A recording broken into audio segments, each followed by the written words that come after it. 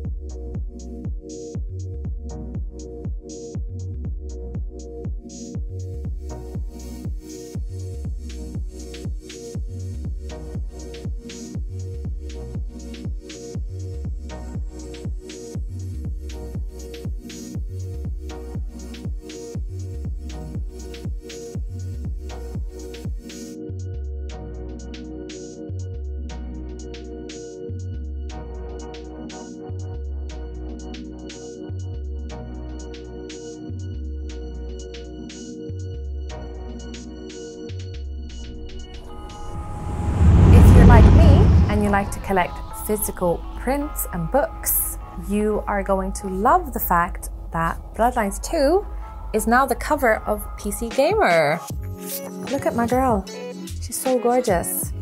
It is now both out in UK and US, and inside you will find new juicy art, story details, and most importantly, our secret about how we've reworked Fabian. He is no longer a thin blood, he is actually a Malkavian. With everything that entails, and yes, it gets delightfully weird. We are still in a bit of a quiet period when it comes to marketing for Bloodlines 2 as we gear up before the campaign starts again as we get closer to release. But if you ever have any questions, you are always welcome to join the Bloodlines 2 Discord. We will link it in the description. If you have any questions, feel free to find me in there and I will do my best to answer them. We are still hard at work at finishing up the game, but in the meantime, we are also delighted to announce that we are doing a full cover art book published by Dark Horse that will be out in November of this year. Next up, Vampire the Masquerade in Memoriam. This book is something really special. It is a collection of character stories, deeply emotional and atmospheric, and rooted in both the past and the future of World of Darkness. If you're a fan of character-driven narratives, or if you've ever wanted to dive deeper into the personal journals of kindreds, this one's for you.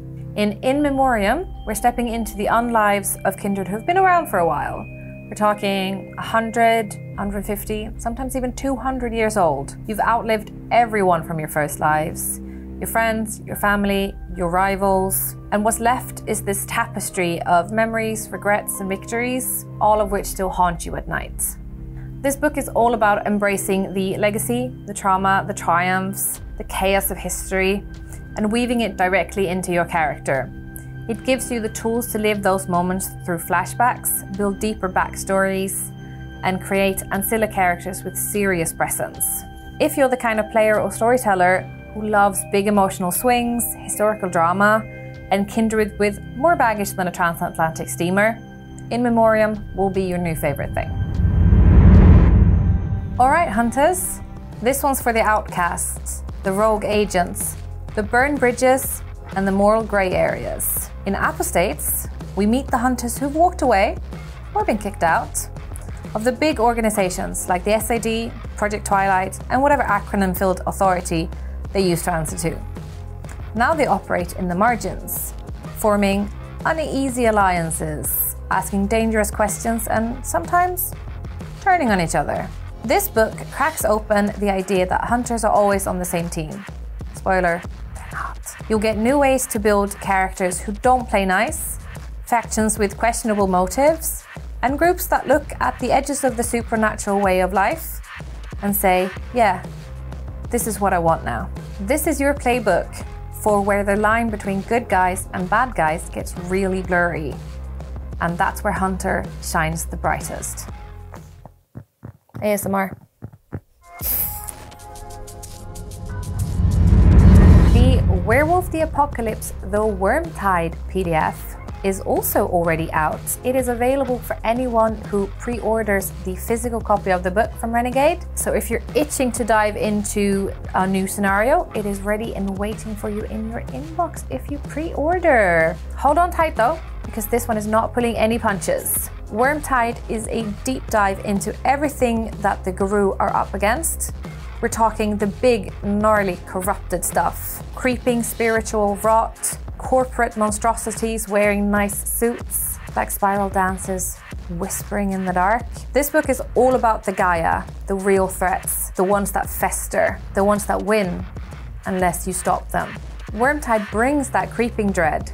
It reminds you what the Guru are fighting for and what they're up against. If your game needs more stakes, more darkness, and more rage, this is it. We also had two major announcements at Renegade Con in the beginning of June. First up, we're getting Werewolf the Apocalypse the Moonlit Path. It will be available this October. Expect deep themes of spirituality, guidance, and Guru legacies. It's less about claws, more about soul. This book is about the Guru who listen, who dream, who speak to spirits, and let their ancestors guide their journey. It's deeply mystical, rooted in traditions and visions, and full of quiet, and not so quiet revelations. If your pack's story has ever touched on legacy, ritual, or the mysteries of the Umbra, this is your sign to go deeper. The Moonlit Path is for Garou who carry their stories like scars and who believe that understanding the spirits might just be the best way to save the world. Then in November, Vampire the Masquerade Tattered Facade arrives. A tale of deception, broken masks, and the stories Kindred would rather keep buried. Because let's face it, the masquerade is a lie. A beautiful one for sure. Silk gloves, silver tongues, masks carved from charm and control, but it all rots eventually. Tattered Facade peels that illusion apart. This book is all about horror. Not just the fear of fangs, but the deeper, weirder stuff. The rot under the surface. The dread in your reflection. The stuff that Kindred don't talk about.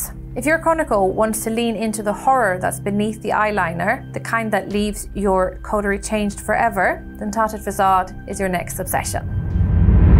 And that is all for now. Thank you all so much for tuning in. I'm excited to see where this series goes.